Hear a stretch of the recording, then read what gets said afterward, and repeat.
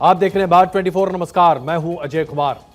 हिजाब को लेकर पिछले साल से कर्नाटक में जो विवाद शुरू हुआ था उसकी परिणति आज होनी थी, लेकिन ये पूरी नहीं हो पाई। इस पूरे मामले पर सुप्रीम कोर्ट में 10 दिनों तक मैराथन सुनवाई चली। आज उसका फैसला आने वाला था, लेकिन जो फैसला आया वो दरअसल इस फैसले को थोड़ा और आगे बढ़ा गया। सर्वोच्च न्यायालय ने सुनवाई में अभी भी बाकी है। केस में 2 जजों की बेंच इसकी सुनवाई कर रही थी, जिसमें जस्टिस हेमंत गुप्ता और दूसरे जस्टिस सुधांशु धूलिया थे। इस संवेदनशील केस की सुनवाई पर बेंच में दोनों जजों की राय अलग अलग थी। दोनों ने अलग अलग फैसले दिए, इसलिए एक मत से फैसला सामने नहीं आ पाया। यही वजह है कि अब इस पूरे मामले को हायर बेंच को, यानी कि 3 जजों की सुप्रीम कोर्ट की बेंच को अब सुपुर्द कर दिया गया है। अब एक हायर बेंच इस पूरे मामले पर अपना फैसला सुनाएगा। सुनवाई एक बार फिर से होगी और उसके बाद तय किया जाएगा कि हिजाब के पहनने को लेकर उसे कानूनी वैधता दी जा सकती है या नहीं। अब आइए आपको बताते हैं कि आज दिन में हुआ क्या। जस्टिस हेमंत गुप्ता ने कर्नाटक हाईकोर्ट के फैसले की अपील को खारिज कर दिया, यानी कि हिजाब पर बैन बरकरार रहेगा, ऐसा उनका मानना था। जबकि जस्टिस सुधांशु धूलिया ने हाईकोर्ट के फैसले को गलत बताया। अब आपको हम इस पूरे फैसले की और खास करके दोनों जजों के फैसले की डिटेल्स आपके सामने रखते हैं, ताकि आप समझ पाएं कि जज किस मुद्दे पर एक दूसरे से अपने अपने विचारों में भिन्न थे। जस्टिस हेमंत गुप्ता ने कहा कि हमारे विचारों में भिन्नता है, हाईकोर्ट के फैसले से मेरी सहमति है। क्या सरकारी आदेश मौलिक अधिकारों का उल्लंघन है? क्या हिजाब पहनना और इसे प्रतिबंधित करना धर्म की स्वतंत्रता का उल्लंघन है? मैं अपील को खारिज करता हूं और केस को चीफ जस्टिस ऑफ इंडिया के पास भेज रहा हूं। जबकि जस्टिस सुधांशु धूलिया की राय थी, उन्होंने कहा कि मैंने कर्नाटक हाई कोर्ट के फैसले को रद्द कर दिया है, कर्नाटक सरकार के आदेश को भी रद्द कर दिया है। मेरी नजर में यह सिर्फ एक चॉइस का मामला है, यानी कि निजी चयन का मामला है। मेरे लिए सबसे ऊपर बच्चों की शिक्षा है। मेरी नजरिया अलग है और याचिका को मैं मंजूरी देता हूं। दोनों जजों ने अपनी राय अलग अलग रखी है, यानी कि फाइनल फैसले से पहले हिजाब का विवाद अभी भी विवाद बना हुआ है। इसे एक बड़े बेंच के सामने प्रस्तुत किया जाएगा। चीफ जस्टिस ऑफ इंडिया या तो 3 जजों की बेंच या 5 जजों की बेंच का निर्माण कर सकते हैं और सुप्रीम कोर्ट में इस पर एक बार फिर से सुनवाई शुरू की जाएगी। अब आपको हम समझाना चाहते हैं कि इस फैसले का मतलब क्या निकला। इसका मतलब यह निकला कि हिजाब को लेकर इस्लामिक देशों में जहां तमाम बवाल मचा हुआ है, वहां भारत में यह बवाल शांत होने का नाम ही नहीं ले रहा। आप कहेंगे कैसे? दरअसल मैं आपके सामने दोनों जजों की बात स्पष्टता से रखूं, इसलिए जरूरी है कि हम सबसे पहले यह समझें कि जस्टिस धूलिया ने क्या कहा है। जस्टिस धूलिया का यह कहना है कि कर्नाटक सरकार ने यह आदेश पारित किया था कि स्कूल को या फिर शिक्षण संस्थानों को यह आजादी है कि वो अपनी यूनिफॉर्म को लागू करें, और अगर यूनिफॉर्म में हिजाब उसका हिस्सा नहीं है तो बच्चों को फिर हिजाब पहनने की इजाजत नहीं होगी, ताकि वो अपने स्कूल में पढ़ाई करें और अन्य बच्चों के साथ एक जैसी दिखें। अब यहां पर जस्टिस धूलिया ने इंडिविजुअल चॉइस, व्यक्तिगत चुनाव को प्राथमिकता दी। उन्होंने कहा है कि हर व्यक्ति को भारत में यह अधिकार है कि वो धर्म के आधार पर या अन्य प्रचलन के आधार पर अपने आप में यह निर्धारण कर सकते हैं कि उन्हें किस तरह की वेशभूषा या पोशाक पहननी चाहिए। हिजाब इसी चॉइस, इसी व्यक्तिगत निजी फैसले का एक हिस्सा है। वो तमाम परिवार जो एक संकीर्ण मानसिकता या फिर संकुचित सोच के आधार पर अपने बच्चों को पढ़ने के लिए आगे भेजना चाहते हैं, उन परिवारों की पहली प्राथमिकता अपने संस्कार, अपने सभ्यता और अपने कल्चर को बचाने की है। उनकी दूसरी प्राथमिकता पर आता है बच्चों की पढ़ाई लिखाई। ऐसे में अगर उनकी बच्चियां पढ़ने के लिए बाहर निकलती हैं और परिवार इस बात पर जोर देता है कि बच्चियां तभी पढ़ सकती हैं जब वो हिजाब पहने, तो जस्टिस धूलिया के मुताबिक बच्चियों की पढ़ाई ज्यादा महत्वपूर्ण है और ऐसे में हिजाब पहनने देना चाहिए। इस पर प्रतिबंध नहीं होना चाहिए, क्योंकि अगर पढ़ाई शिक्षा के मामले में बच्चियां पिछड़ जाएंगी तो फिर हमारे देश की आधी आबादी पिछड़ी रहेगी और हम अपने देश के नागरिकों को उनका मौलिक अधिकार नहीं दे पाएंगे। वैसे अगर देखा जाए तो जस्टिस धूलिया की बातें अपने आप में बिल्कुल सही हैं, अपनी जगह बिल्कुल सही हैं। शिक्षा हर बच्चे का मौलिक अधिकार है। हर बच्चे को पढ़ाई लिखाई में पारंगत होना चाहिए, तभी बच्चा आगे बढ़ सकता है, और अगर बच्चा आगे बढ़ेगा तो देश आगे बढ़ेगा। लेकिन यहीं पर आ जाती है एक बहुत बड़ी बात कि क्या इंडिविजुअल चॉइस थोपी नहीं जा रही? क्या बच्चे के पास यह आजादी है कि वो अपने माता पिता से भिन्न अपनी विचारधारा रख सके? एक छोटे बच्चे के पास यह अधिकार नहीं है। जिस परिवेश में उसे पाला पोस कर बड़ा किया जा रहा है, वो बच्चा उसी परिवेश, उसी सोच के आधार पर आगे बढ़ता है। तो सवाल किस बात का है?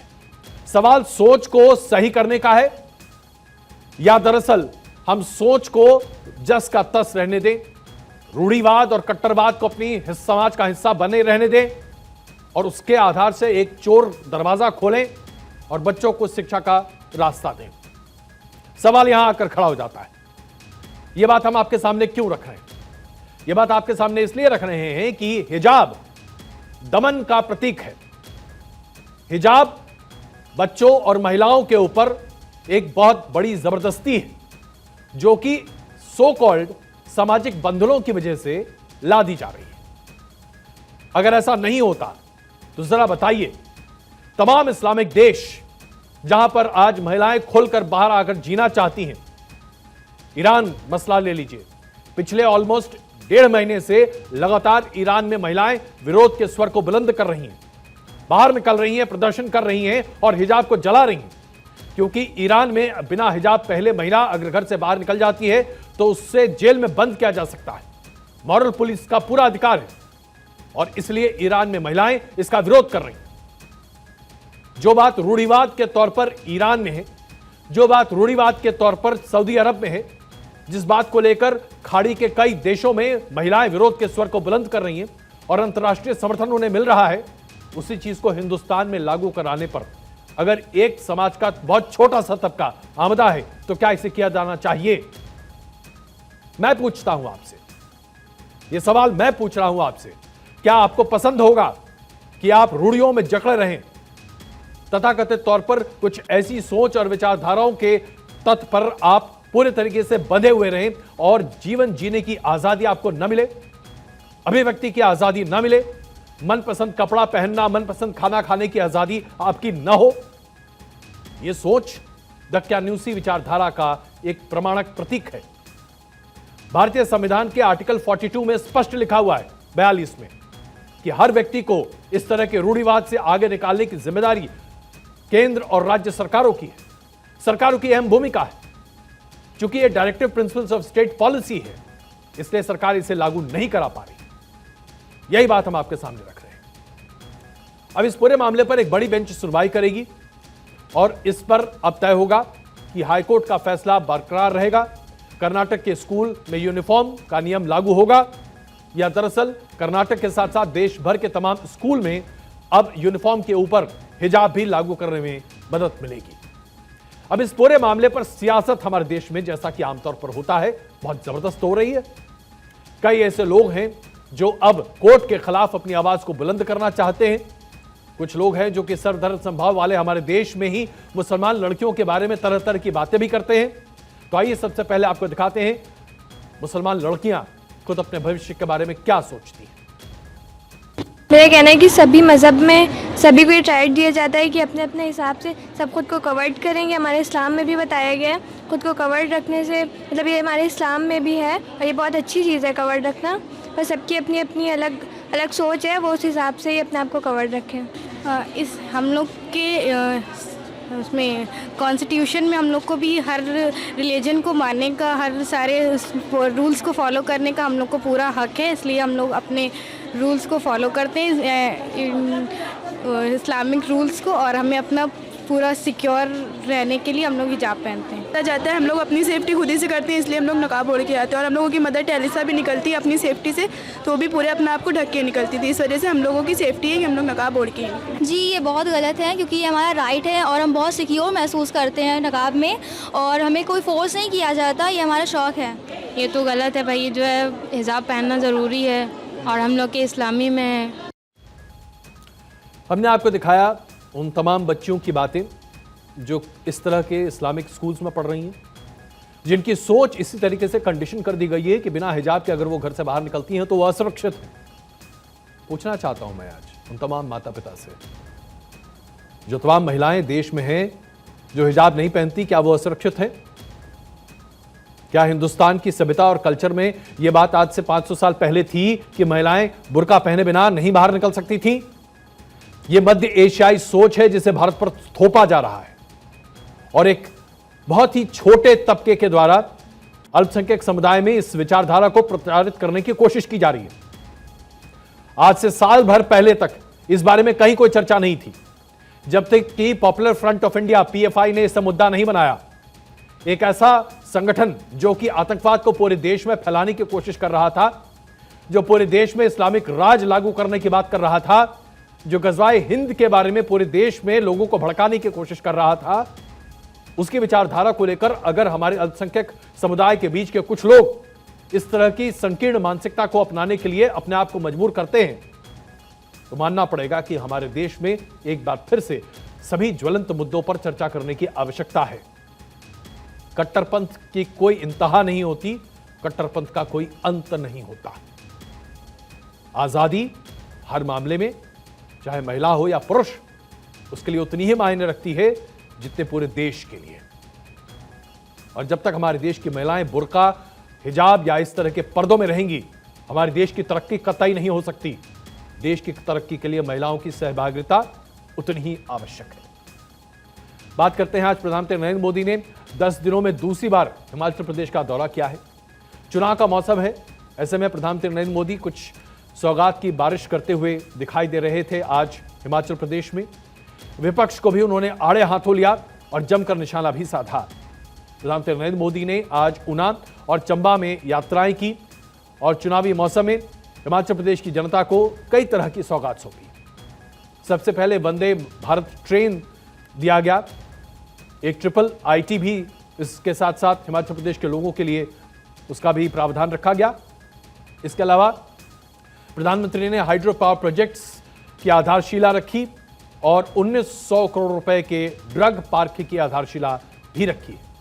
प्रधानमंत्री नरेंद्र मोदी सबसे पहले हिमाचल प्रदेश के ऊना पहुंचे, जहां उनका बहुत जबरदस्त स्वागत किया गया और ऊना में प्रधानमंत्री नरेंद्र मोदी ने वंदे भारत ट्रेन की सौगात हिमाचल प्रदेश के लोगों के लिए सौंपी। प्रधानमंत्री जी ने वंदे भारत को हरी झंडी ही न दिखाई, बल्कि वो ट्रेन के अंदर भी पहुंचे और उन्होंने वंदे भारत की पूरी व्यवस्था को देखा, समझा और परखा भी। इसके बाद चंबा पहुंचे, जहां उन्होंने हाइड्रो पावर प्रोजेक्ट की शुरुआत की। ऊना में प्रधानमंत्री नरेंद्र मोदी ने रैली को संबोधित करते हुए कहा कि आजादी के इतने सालों बाद भी हिमाचल प्रदेश में कनेक्टिविटी की समस्या जस की तस बनी रही है।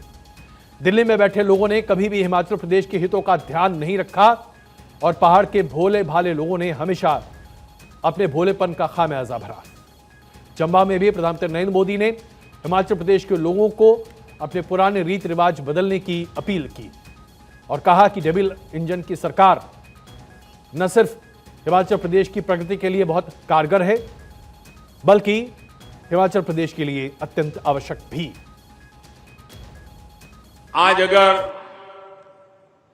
कई परिवार आपको मिलेंगे, हिंदुस्तान के हर कोने में मिलेंगे, जिनका मन करेगा एयरपोर्ट जाके हवाई जहाज देखे। बैठने का विचार तो बाद में।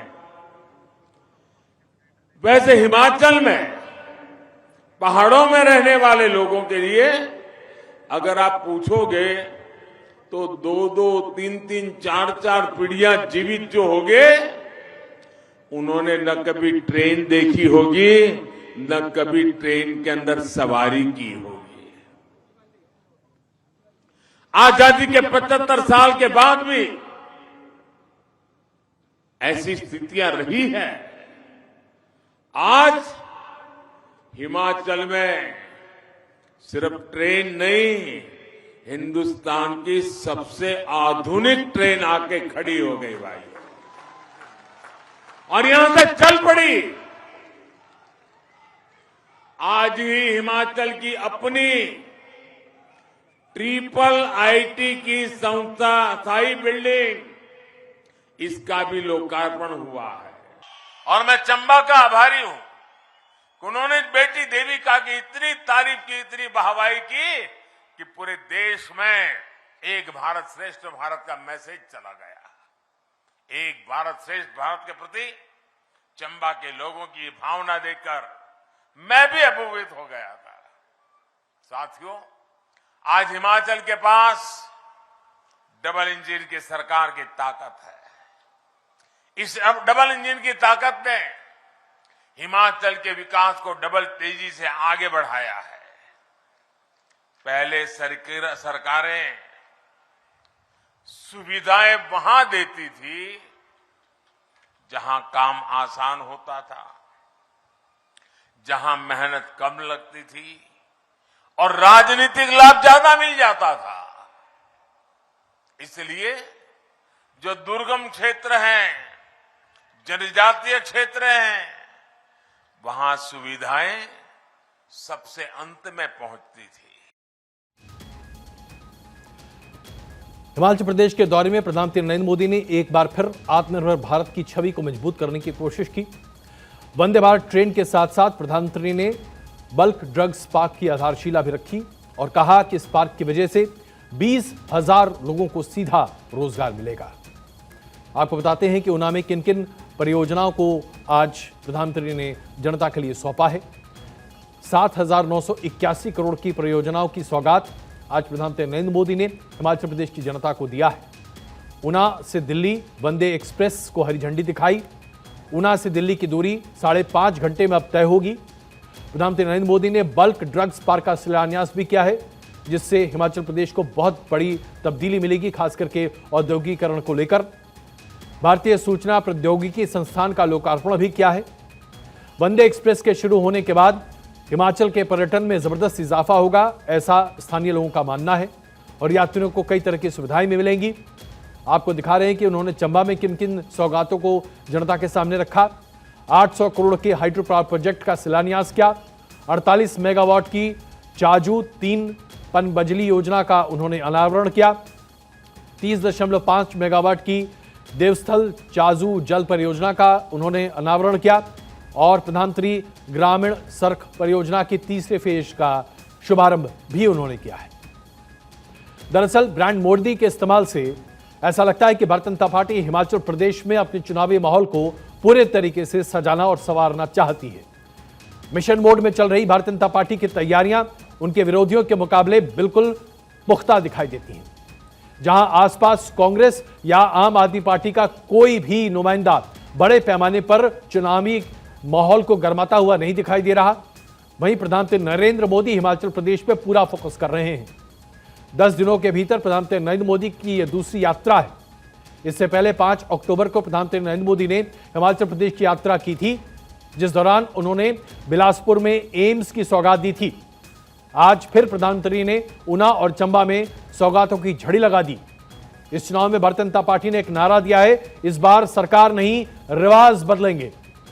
यह नारा इसलिए बहुत महत्वपूर्ण है क्योंकि हिमाचल प्रदेश में हर 5 साल पर विधानसभा में एक नई पार्टी की सरकार होती है। कभी भी हिमाचल प्रदेश ने अपनी पुरानी सरकार को रिपीट नहीं किया है।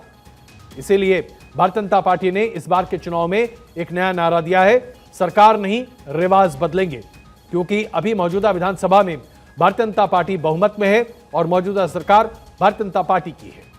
इसलिए रिवाज बदलने की बात सामने निकल कर आ रही है। प्रधानमंत्री नरेंद्र मोदी और भारतीय जनता पार्टी हिमाचल प्रदेश में पूरा चुनावी जोश में दिखाई दे रहे हैं। भारतीय जनता पार्टी के कई दिग्गज नेता ताबड़तोड़ रैलियां कर रहे हैं। भारतीय जनता पार्टी के अध्यक्ष जेपी नड्डा समेत कई केंद्रीय मंत्री हिमाचल प्रदेश की यात्रा पहले ही कर चुके हैं। विधानसभा चुनाव को देखते हुए भारतीय जनता पार्टी के केंद्रीय नेता लगातार पहुंचकर वहां पर भारतीय जनता पार्टी के कार्यकाल में किए गए सभी कार्य को लोगों तक पहुंचाने का काम कर रहे हैं। सक्रियता लगातार बढ़ती चली जा रही है और इसके आधार पर पार्टी अपने आप को मजबूत स्थिति में पा रही है। हिमाचल प्रदेश में पार्टी की कोशिश यह है भारतीय जनता पार्टी की कि न सिर्फ भगवा लहराया जाए बल्कि पूर्ण बहुमत की सरकार पूरी तरीके से स्थापित की जाए। इसके मुकाबले अगर हम कांग्रेस की कोशिशों को देखें तो इस बार भी कांग्रेस के पास कोई बड़ा चेहरा हिमाचल प्रदेश में दिखाई नहीं देता, जिसके आधार पर जीत के आसार कांग्रेस के लिए बहुत कम दिखाई दे रहे हैं। इस बीच प्रियंका गांधी वाड्रा के सोलन जाने की बातें हो रही थी। कल उनकी रैली होने वाली है, लेकिन उससे पहले पार्टी को एक बहुत बड़ा झटका लगा है। कांग्रेस के 8 नेताओं ने एक साथ पार्टी छोड़ दिया है। कांग्रेस के प्रदेश अध्यक्ष प्रतिभा सिंह को भी इस्तीफा सौंप दिया गया है। प्रियंका की रैली से पहले इस्तीफे की वजह से पूरे कांग्रेस पार्टी में हलचल मची हुई है। हिमाचल प्रदेश में कांग्रेस एंटी इनकम्बेंसी का फायदा उठा पाने में फिलहाल नाकाम दिखाई दे रही है। वीरभद्र सिंह के निधन के बाद पार्टी में खींचतान चल रही है और मुख्यमंत्री पद को लेकर जो घमासान है उसकी वजह से आए दिन नेताओं के पार्टी छोड़ने की बात निकल कर आ रही है और कांग्रेस इस पूरे मामले पर बिल्कुल चारों खाने चित्त दिखाई देती है। हिमाचल प्रदेश में बीते 3 दशक में हर 5 साल पे सत्ता परिवर्तन की एक कड़ी है और जैसा कि हमने आपको बताया, इस पूरी कड़ी को भारतीय जनता पार्टी इस बार खुद तोड़ना चाहती है, जिसके लिए भारतीय जनता पार्टी ने पूरी कमर कस ली है और तैयारियां अभी उसी आधार पर आने वाले दिनों में होती हुई दिखाई दे रही है।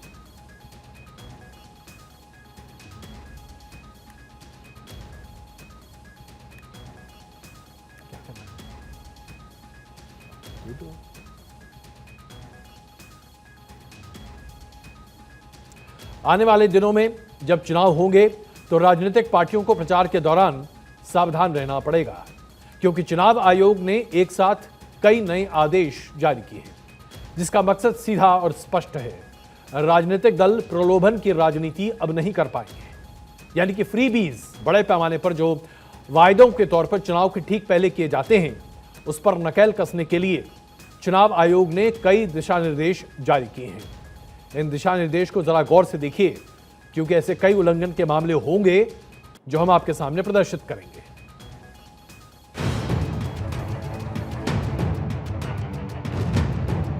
आने वाले दिनों में देश के 2 अहम राज्य हिमाचल प्रदेश और गुजरात में चुनाव है। चुनाव है तो मुफ्त की रेवड़ियों का बंटना भी तय है। देश में फ्रीबीज पर पहले से ही बहस जारी है और इसी बीच फ्रीबीज के वादों पर लगाम लगाने के इरादे से चुनाव आयोग का एक बड़ा आदेश आ गया है। चुनाव आयोग ने रैलियों के दौरान गिफ्ट के तौर पर कपड़े बांटने पर रोक लगा दी है। चुनाव आयोग ने कहा है कि रैलियों में पार्टी या उम्मीदवार की ओर से कपड़े नहीं बांटे जा सकते। चुनाव आयोग ने खास तौर पर साड़ियों और शर्ट्स बांटने पर रोक लगाई। रैलियों और पद यात्राओं में कुछ प्रचार सामग्रियों पर रोक नहीं लगाई गई है, जैसे पार्टी या उम्मीदवार कैप, मास्क, स्कार्फ का इस्तेमाल कर सकते हैं। दरअसल चुनाव आयोग इससे पहले भी फ्रीबीज पर कड़ा एतराज जता चुका है। इससे पहले चुनाव आयोग ने राजनीतिक दलों को लेटर लिखा था कि सिर्फ वादों से काम नहीं चलेगा, ये भी बताना होगा कि वो पूरे कैसे होंगे, उसके लिए पैसे कहां से आएंगे। चुनाव आयोग ने पार्टियों से 19 अक्टूबर तक इस पर अपनी राय देने को कहा था, लेकिन फ्रीबीज के अलावा भी चुनाव आयोग ने प्रचार के लिए भी समानता की एक लकीर खींचने की कोशिश की है।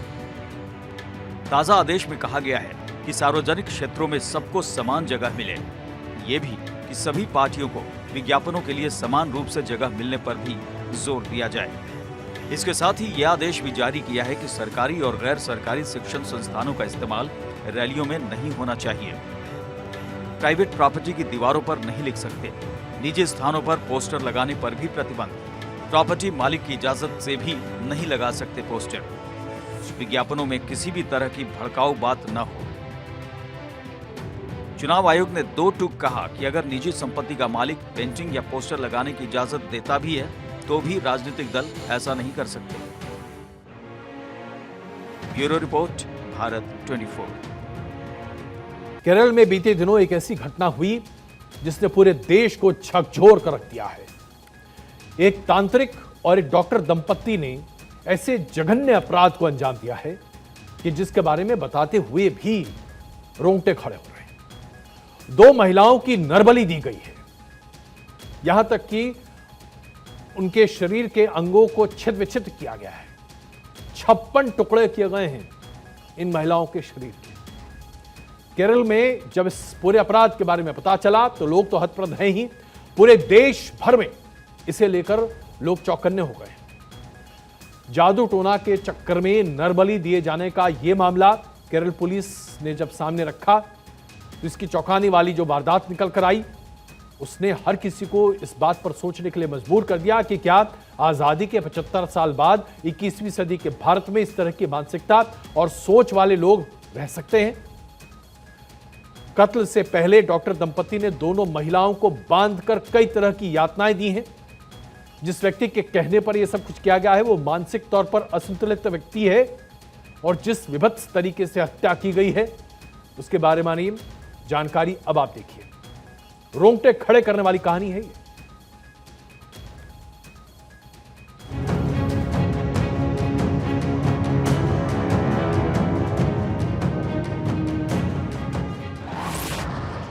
एक लाश के 56 टुकड़े।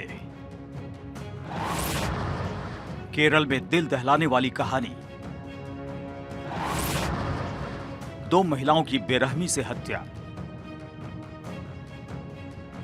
केरल देश का सबसे साक्षर राज्य है, मगर यहां तांत्रिक नरबली के मामले ने पूरे देश को हिला दिया है। ये तस्वीरें नरबलियों की हैं। जादू टोने के चक्कर में इन नरबलियों ने 2 महिलाओं की हत्या कर दी। अब जब इस मामले का खुलासा हुआ तो पूरा देश सन्न रह गया।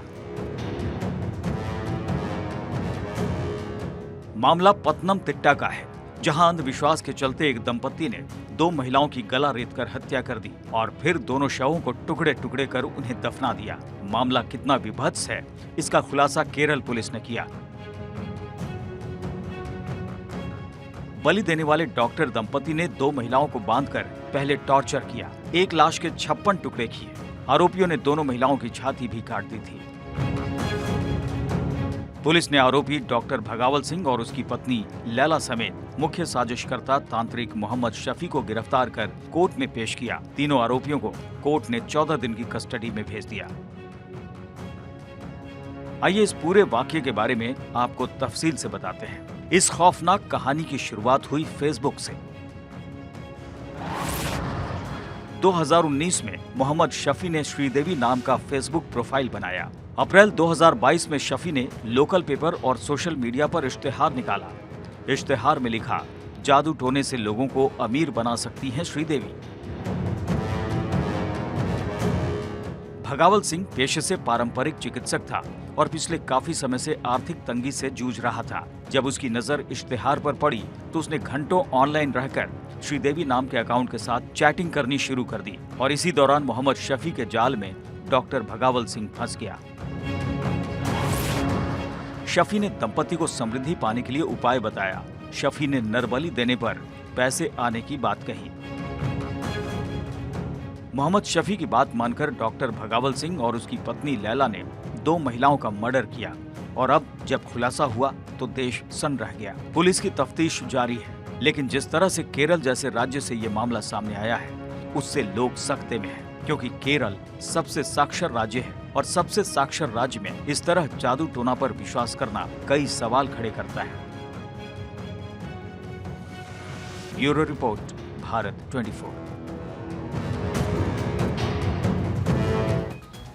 हालांकि ये बात दीगर है कि अपराधी चाहे कितना भी शातिर क्यों न हो, अपने पीछे कोई न कोई क्लू छोड़ता ही है और इस मामले में भी सीसीटीवी फुटेज के आधार पर पुलिस ने आरोपियों को पकड़ने की कोशिश की। तांत्रिक समेत डॉक्टर दंपति को गिरफ्तार किया गया है। लेकिन ये जो जघन्य अपराध है, इसने एक बार फिर ये बात सामने रखी है बहुत मजबूती से कि चाहे पढ़ाई लिखाई का स्तर कितना भी ऊंचा क्यों न हो, सबसे साक्षर प्रदेश है केरल, इसके बावजूद जादू टोना के नाम पर नरबली देना अपने आप में न सिर्फ एक बड़ा अपराध है बल्कि लोगों के मानसिक विकास पर भी कुठाराघात करता है। और यह सवाल उठाता है कि क्या पढ़ाई लिखाई के बावजूद कोई व्यक्ति इतना अंधा हो सकता है?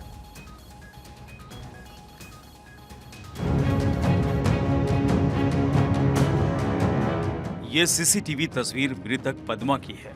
ये पद्मा की आखिरी तस्वीर है और यही तस्वीर नरबलियों तक पहुंचने की राह बनी। पुलिस गुमशुदा महिला की तलाश में उसके मोबाइल की लोकेशन के जरिए तिरुवल्ला पहुंची। सीसीटीवी फुटेज खंगाला और इसके बाद पुलिस को महिला का डॉक्टर से संपर्क होने का पता चला। पुलिस ने डॉक्टर दंपति को हिरासत में लेकर पूछताछ की तो उन्होंने पूरा राज खोल दिया। इसके बाद तांत्रिक शफी और डॉक्टर दंपति को गिरफ्तार कर लिया गया। यानी नरबलियों तक पहुंचने में सीसीटीवी अहम हथियार साबित हुआ।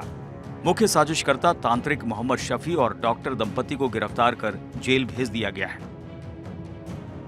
लेकिन इस घटना ने पूरे देश को हिला दिया है। इस वारदात के बाद लोगों में एक तरह का डर उत्पन्न हो गया है। मामला ऐसा है कि जो भी सुन रहा है उसके रोंगटे खड़े हो जा रहे हैं। तांत्रिक शफी ने डॉक्टर दंपति को अमीर बनने का रास्ता बताया और नरबली देने की बात कही। और तो और शफी ने यह भी कहा कि बलि देने के लिए लोगों का इंतजाम वो खुद करेगा। 6 जून को शफी ने रोसलिन को फिल्म में काम दिलाने का भरोसा दिया। रोसलिन को शफी बहला फुसलाकर डॉक्टर भगावल सिंह के घर ले गया। डॉक्टर दंपति और शफी ने रोसलिन की विभत्स तरीके से हत्या कर दी। 24 सितंबर को शफी ने पद्मा को 15,000 रुपए देने का वादा किया। 26 सितंबर को शफी पद्मा को डॉक्टर भगावल के पास लेकर पहुंचा। पद्मा के शरीर को 56 टुकड़ों में काट दिया गया। यानी इस पूरे मामले में तांत्रिक मोहम्मद शफी मुख्य साजिशकर्ता दिख रहा है और पुलिस भी ऐसा ही मान रही है। मोहम्मद शफी की कुंडली 15 साल में 8 से ज्यादा अपराध किए, हत्या की कोशिश से लेकर रेप तक शामिल। 2020 में बुजुर्ग महिला से रेप करने का आरोप, बलि देने के लिए मानव तस्करी करता था। इस जघन्य वारदात ने देश को स्तब्ध कर दिया है। जांच जारी है। एक महिला की हत्या 6 जून को और दूसरे की 26 सितंबर को की गई। सबसे पढ़े लिखे राज्य में बढ़ते अंधविश्वास के हालात इतने भयावह हैं कि इसके खिलाफ कानून की मांग उठने लगी है। केरल में 3 साल पहले 2019 में बिल बना, मगर विधानसभा में पेश तक नहीं हुआ। बिल में काला जादू, मानव बलि रोकने के प्रावधान थे। केरल सबसे साक्षर राज्य है। माना जाता है कि यहाँ पर अपराध कम होंगे, लेकिन है उल्टा। नरबली की खबर आए दिन सुनने को मिलती है। आजादी के बाद 1-2 नहीं बल्कि कई बार नरबली की खबर सुनी जा चुकी है। 2004 में बच्चे के हाथ पांव काट दिए गए। 1996 में बच्चे की चाह में 6 साल की मासूम की बलि। 1973 में बच्चे की बलि दी गई। 1956 में बीमार हाथी को बचाने के लिए दोस्त का गला रेत दिया। 1955 में किशोर की गला दबाकर हत्या कर दी गई। ऐसा लग रहा है कि होनहार राज्य नरबली का साम्राज्य बन गया है। जरूरत इस बात की है कि ऐसी विभत्स घटना को रोकने के लिए सरकार कानून बनाए, तभी इस पर लगाम लगाई जा सकती है। Bureau report, Bharat 24। पूरे यूरोप में महंगाई बेकाबू होती जा रही है और वो इसलिए क्योंकि यूक्रेन रूस की युद्ध की वजह से पूरी दुनिया में अर्थव्यवस्था चरमराती हुई दिख रही है। अगर यूरोप की बात करें तो यहां पर घर की कीमतें लगातार बढ़ती चली जा रही हैं, EMI बढ़ते चले जा रहे हैं और किराए आसमान छू रहे हैं। खाने पीने के सामान इतने महंगे हो चुके हैं कि आम नागरिक के लिए खाने पीने का सामान खरीद पाना अपने आप में असंभव जैसी स्थिति होता चला जा रहा है। इस बीच ब्रिटेन से एक रिपोर्ट आई है। ब्रिटेन में रिकॉर्ड तोड़ महंगाई देखी जा रही है, जो कि 1945 के बाद अब तक की सबसे ज्यादा है। यहां तक स्थिति है कि लोग अपने घरों में नहीं रह पा रहे, इसलिए वो तमाम बच्चे जो घरों से बाहर निकलकर रह रहे थे वो अपने वापस घर पहुंच रहे हैं, माता पिता के साथ रह रहे हैं। अमेरिका की तुलना में यूरोप में खाने पीने की जो चीजें हैं उसमें महंगाई बहुत जबरदस्त आ गई है। कॉस्ट ऑफ लिविंग इतना ज्यादा बढ़ गया है कि पूरे यूरोप में त्राहिमाम मचा हुआ है, जिसकी वजह से अब ऐसा लग रहा है जैसे कि आने वाले दिन बहुत ही बुरे होने जा रहे हैं पूरे यूरोप के लिए। अगर हम सिर्फ ब्रिटेन की बात करें तो ब्रिटेन में महंगाई 40 साल के अपने सबसे उच्चतम स्तर पर है। सड़क पर लोग सरकार के खिलाफ प्रदर्शन करते हुए दिखाई दे रहे हैं। ब्रिटेन की नेशनल हेल्थ सिस्टम में नर्सेस आधे से ज्यादा कम हो चुकी हैं, क्योंकि तनख्वाह इतनी कम मिलती है कि लोगों ने नर्सिंग छोड़ दी है। सैलरी कम होने की वजह से तमाम लोग एक नहीं बल्कि 2-2 नौकरियां करने को मजबूर हैं और ऐसे में अपना घर चला पाना आम ब्रिटिश नागरिकों के लिए बहुत मुश्किल होता जा रहा है। 60% ऐसे अस्पताल में मरीज फंसे हुए हैं जो घर तो जा सकते हैं लेकिन उनके पास बिल चुकाने के लिए पैसा नहीं है, इसलिए वो अभी भी NHS की सुविधाएं लेते हुए अस्पताल में ही बैठे हुए हैं, क्योंकि घर में किराया इतना बढ़ चुका है कि वो घर किराए पर नहीं ले पा रहे और सरकार के खर्चे पर ही अस्पताल में अभी भी बने हुए हैं। ऐसे कई सरकारी कर्मचारी हैं जिन्होंने दफ्तर आना ही बंद कर दिया है और वो इसलिए क्योंकि आने जाने में इतना पैसा खर्च होने लगा है कि उनकी पूरी कमाई सिर्फ यात्रा करने में निकल जा रही है। 20 से 29 साल के नौजवान जो कि बाहर निकलकर अपना खर्च खुद वहन करते हुए अपने घरों में रहा करते थे, वो अब उनमें से 70% ऐसे लोग हैं जो अपने आप खर्चे नहीं कर पा रहे, उनके पास अपने जीवन यापन के लिए भी पैसे नहीं बचे हुए हैं। 65 साल से ज्यादा के उम्र के 20% ऐसे लोग हैं जो कि सिर्फ 1 महीने के खर्च पर अपना जीवन यापन कर रहे हैं। ब्रिटेन की बढ़ती हुई ये महंगाई बता रही है कि स्थिति कितनी गंभीर होती चली जा रही है, जिसकी वजह से बहुत बड़े पैमाने पर वो तमाम लोग जो कि पेंशन स्कीम्स पर या अन्य स्कीम्स पर ब्रिटेन में रह रहे हैं, वो ब्रिटेन छोड़ने के लिए मजबूर हो गए।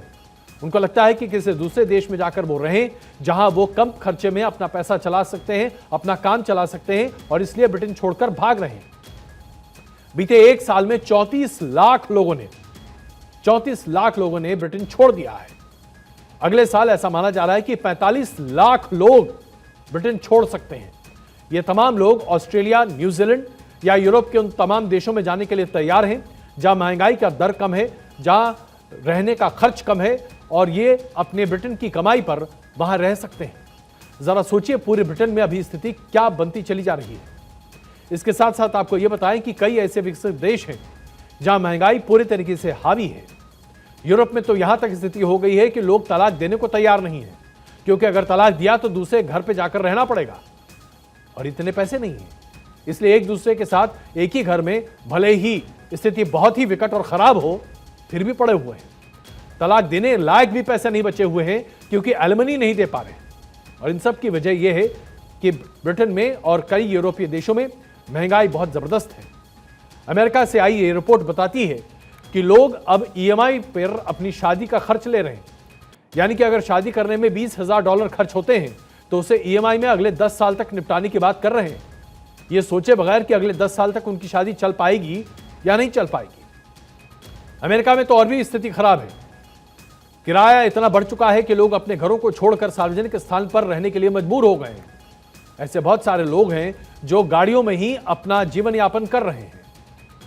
कोरोना के बाद से इन तमाम देशों में, चाहे आप अमेरिका की बात करें या यूरोप की बात करें, इन तमाम देशों में स्थिति यह बन गई है कि लोगों के पास खाने के लाले पड़े हुए हैं और सरकारें चारों खाने चित दिखाई देती।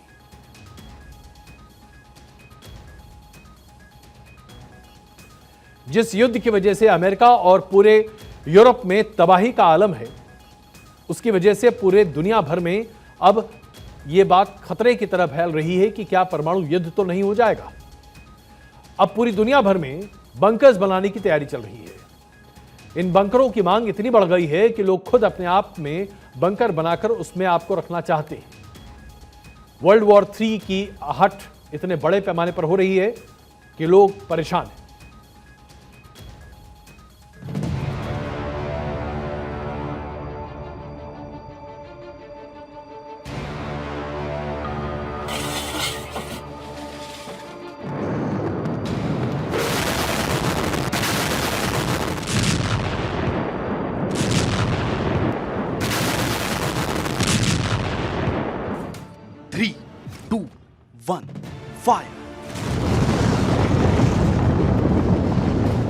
ये वो शब्द हैं जिन्हें कोई नहीं सुनना चाहता। ये उस महातबाही से पहले का शोर है जो शांत है मगर जोर है।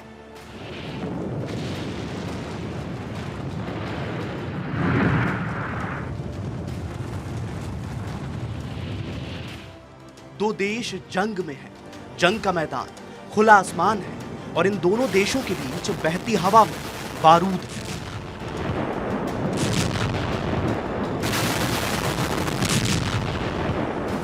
रूस और यूक्रेन के बीच युद्ध है। दोनों देशों के राष्ट्राध्यक्षों के अपने अपने तर्क हैं। वर्चस्व की कहानी है जिसमें राष्ट्रवाद से लेकर संप्रभुता का घोल है। लेकिन आम लोगों के बीच क्या है, इसको भी तो समझना होगा।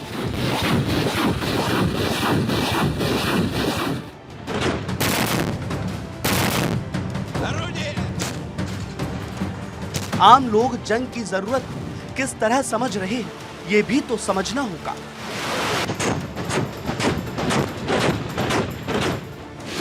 फिलहाल यूक्रेन के लोगों के बीच जंग का मतलब डर है, खौफ है, दर्द है, शंकाएं हैं, भविष्य की चिंताएं हैं। इसको समझने के लिए ज्यादा दूर तलक जाने की जरूरत नहीं, बल्कि उस गहराई में उतरना होगा जहां अब यूक्रेन के लोग उतरने को मजबूर हैं। इसे बंकर कहते हैं। यूक्रेन में अब लोगों का कहना है कि बंकर ही बचाएगा। दरअसल रूस की परमाणु बम बरसाने की धमकी के बाद से ही लोगों के बीच दहशत है। अपनी सुरक्षा के लिए यूक्रेन में लोगों ने बंकर बनाने शुरू कर दिए हैं। तेजी से सैन्य ग्रेड के बंकर बनाए जा रहे हैं। खतरे को देखते हुए लोगों ने इन बंकरों में खाना स्टोर करना शुरू कर दिया है। रिपोर्ट्स के मुताबिक यूक्रेनी कई महीनों का खाना स्टोर कर रहे हैं। कीव और आसपास के कई शहरों में फूड स्टोर्स लगभग खाली हो गए हैं। रिटेल फूड चेन के आसपास अच्छी खासी भीड़ देखने को मिल रही है। परमाणु हमले को लेकर खौफ का आलम ऐसा है कि फ्रांस की बंकर निर्माता कंपनियों का कहना है कि यूक्रेन युद्ध से पहले उनके पास बंकर्स के लिए एक भी क्लाइंट नहीं था, लेकिन अब बड़ी संख्या में बंकर्स बनवाने की मांग बढ़ रही है।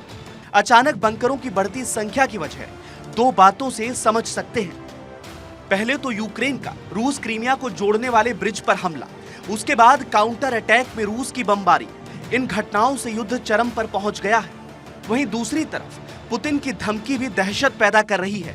पुतिन ने परमाणु हमले की धमकी देते हुए कहा था कि इसे मजाक ना समझें।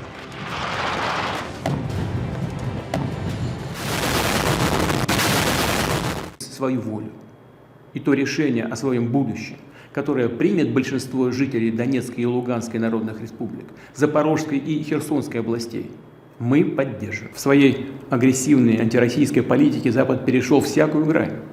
Мы постоянно слышим угрозы в адрес нашей страны, нашего народа.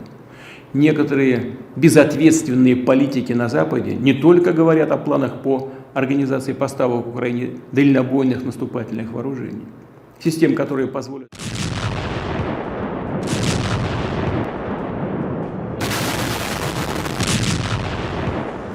पुतिन की यह धमकी 1945 में जापान के हिरोशिमा और नागासाकी पर हुए परमाणु हमलों के बाद पनपे दर्द को कुदेरती है, उस डर को दोबारा जन्म देती है। परमाणु हमले से इंसानियत तबाह होती है, इसी डर को लोग समझ रहे हैं। परमाणु हथियारों को समझने की कोशिश करें तो परमाणु हथियार सामूहिक विनाश के हथियार होते हैं। ये हथियार न्यूक्लियर एनर्जी का इस्तेमाल करते हैं। परमाणु हथियार दो तरह के होते हैं, परमाणु बम और हाइड्रोजन बम। न्यूक्लियर फिशन से विस्फोट करने वाले हथियार परमाणु बम होते हैं। न्यूक्लियर फ्यूजन से विस्फोट करने वाले हथियार हाइड्रोजन बम होते हैं।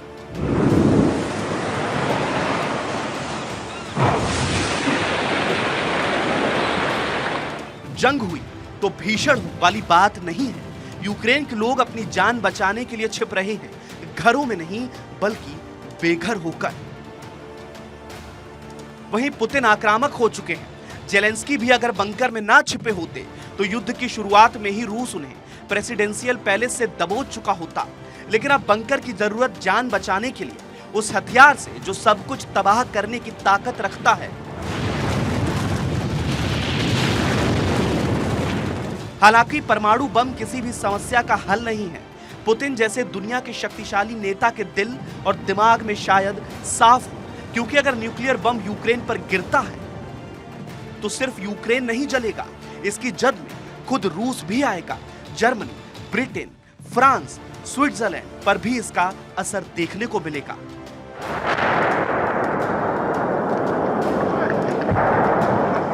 कोल्ड वॉर के समय में भी बड़े पैमाने पर बंकर बनाए गए थे। परमाणु बम बनाने के पीछे यह मकसद होता है कि हमारे अस्तित्व पर चोट करने वालों को हम तबाह कर देंगे, उनका सर्वनाश कर देंगे। बात साफ है, लेकिन यह गुमान की बात है कि दूसरे वर्ल्ड वॉर से दहली दुनिया में परमाणु हमला उसके बाद कभी नहीं हुआ। पुतिन भी शायद ना करें, लेकिन पुतिन जब परमाणु हमले की बात करेंगे तो उनके विरोधी देशों का सहम जाना स्वाभाविक है, क्योंकि सिर्फ पुतिन ही नहीं, उनके करीबी भी कह रहे हैं कि युद्ध में जीते गए क्षेत्र को बचाए रखने के लिए रूस अपना सबसे पावरफुल हथियार इस्तेमाल कर सकता है, और तब बंकर ही होगा जो बचाएगा। Bureau report, Bharat 24। रही बात करते हैं कैसे कमर्शियल की, कैसे एड की, जिसकी वजह से इस बार की दीपावली फिल्म अभिनेता आमिर खान के लिए बहुत भारी पड़ने जा रही है। दरअसल एक ऐड है जो कि AU स्मॉल फाइनेंस बैंक का है। इस ऐड को देखने के बाद देश के कई कोनों से विरोध के स्वर बुलंद होते हुए दिखाई दिए, क्योंकि तथाकथित तौर पर यह मान्यताओं के बिल्कुल विरुद्ध जाकर परंपराओं को ताक पर रखने वाला ऐड है, ऐसा कहा जा रहा है एक छोटे तबके के द्वारा। इस ऐड में आमिर खान और कियारा आडवाणी हैं। सबसे पहले आप इस ऐड को देखिए, उसके बाद जो आरोप लगाए जा रहे हैं उस पर चर्चा करते हैं। पहली बार हुआ है कि विदाई हो गई और दुल्हन रोई नहीं। रोई तो तुम भी नहीं।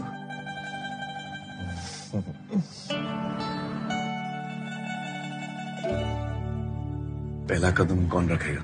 इस घर में नया कौन है? नया तो मैं ही हूं, मतलब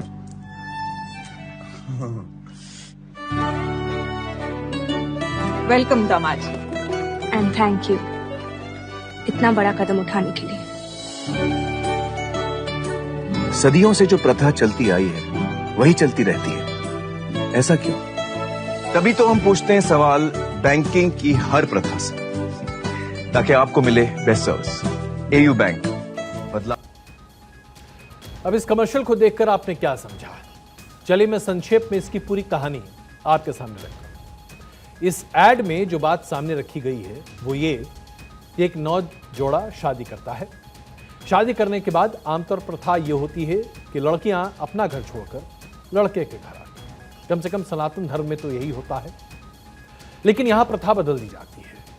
लड़का अपना घर छोड़ता है और लड़की के घर आता है। अब थोड़ा इमेजिन कीजिए, कहानी में ट्विस्ट यहां से आता है। आमतौर पर शादी करने के बाद जब विवाहिता अपने घर पहुंचती है, अपने पति के घर, तो दरवाजे पर सबसे पहला कदम पत्नी आगे रखती है और उसके साथ साथ कलश होता है जिसमें चावल रखा जाता है और उसे आगे बढ़ाते हुए पत्नी सबसे पहले घर में प्रवेश करती है, क्योंकि मान्यता है कि लक्ष्मी घर में सबसे पहले आती है। अब इस कमर्शियल को देखिए। चूंकि लड़का यहां पर अपना घर यानी कि आमिर खान अपना घर छोड़कर अपनी विवाहिता पत्नी यानी कि कियारा आडवाणी के घर पहुंच रहे हैं, तो इसलिए उनकी पत्नी उनसे कहती हैं कि अपना घर जो छोड़कर आया है वही सबसे पहले नए घर में प्रवेश करेगा। और होता यही है, आमिर खान आगे पैर बढ़ाते हैं और घर में प्रवेश करते हैं। अब इसके पीछे की कहानी बहुत सटल तरीके से सामने रखी गई है।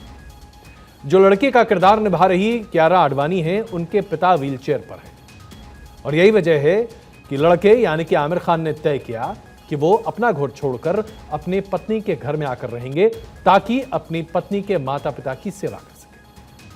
अगर आप इसे आइडियोलॉजिकल तौर पर या क्रिएटिविटी के तौर पर देखें तो इस पूरे कमर्शियल में कहीं कोई दुविधा नहीं है, लेकिन जैसे ही आप इसे सो कॉल्ड सनातनी चश्मे से उठाकर देखेंगे तो फिर ये तो परंपराओं का उल्लंघन है साहब। परंपराओं को ध्वस्त किया जा रहा है, उसे तोड़ा जा रहा है और उसे करने वाला कौन है? आमिर खान। आमिर खान के ऊपर इस तरह के आरोप पहले से लगते चले आ रहे हैं और एक सेलेक्ट ग्रुप है हिंदुस्तान में जो आमिर खान को एक खांचे में, एक छवि के भीतर ही देखना पसंद करता है। इसलिए इस पूरे कमर्शियल, इस पूरे एड के बारे में, इस पूरी सोच के बारे में न समझकर सनातनी सोच के चश्मे से इस कमर्शियल को देखकर इसका विरोध बड़े पैमाने पर शुरू कर दिया गया है। तमाम हिंदू संगठन, यहां तक कि कश्मीर फाइल्स के डायरेक्टर विवेक अग्निहोत्री ने भी नाराजगी जता दी है। विवेक अग्निहोत्री ने ट्वीट करके कहा है कि मुझे समझ नहीं आ रहा कि सामाजिक और धार्मिक परंपराओं को बदलने के लिए बैंक कब से जिम्मेदार हो गए हैं। मुझे लगता है कि एयू बैंक को भ्रष्ट बैंकिंग व्यवस्था को बदलने में सक्रियता से काम करना चाहिए। ऐसी बकवास करते हैं, यह नहीं होना चाहिए। इतना ही नहीं, मध्य प्रदेश के गृह मंत्री 2 कदम आगे निकले। नरोत्तम मिश्रा ने विरोध किया। उन्होंने कहा कि विज्ञापन करते हुए आमिर खान ने भारतीय परंपराओं और रीति रिवाज का ध्यान नहीं रखा, उन्हें रखना चाहिए। एक निजी बैंक के लिए अभिनेता आमिर खान जी का विज्ञापन मैंने भी देखा है। वो शिकायत के बाद ही देखा था और मेरा उनसे आदरणीय आमिर जी से अनुरोध है कि भारतीय परंपराओं और रीति रिवाजों को ध्यान में रखकर आगे इस तरह के विज्ञापन करें। वो विज्ञापन के लिए नसीहत दी जा रही है, लेकिन इस पूरे विज्ञापन की मूल भावना को शायद समझने की कोशिश कोई नहीं कर रहा। क्या परंपराओं को तोड़ना या रूढ़िवाद को तोड़कर आगे बढ़ना पूरे धर्म को चुनौती देने के बराबर है? यह विचार आपके लिए सोचने के लिए छोड़ जाता हूं।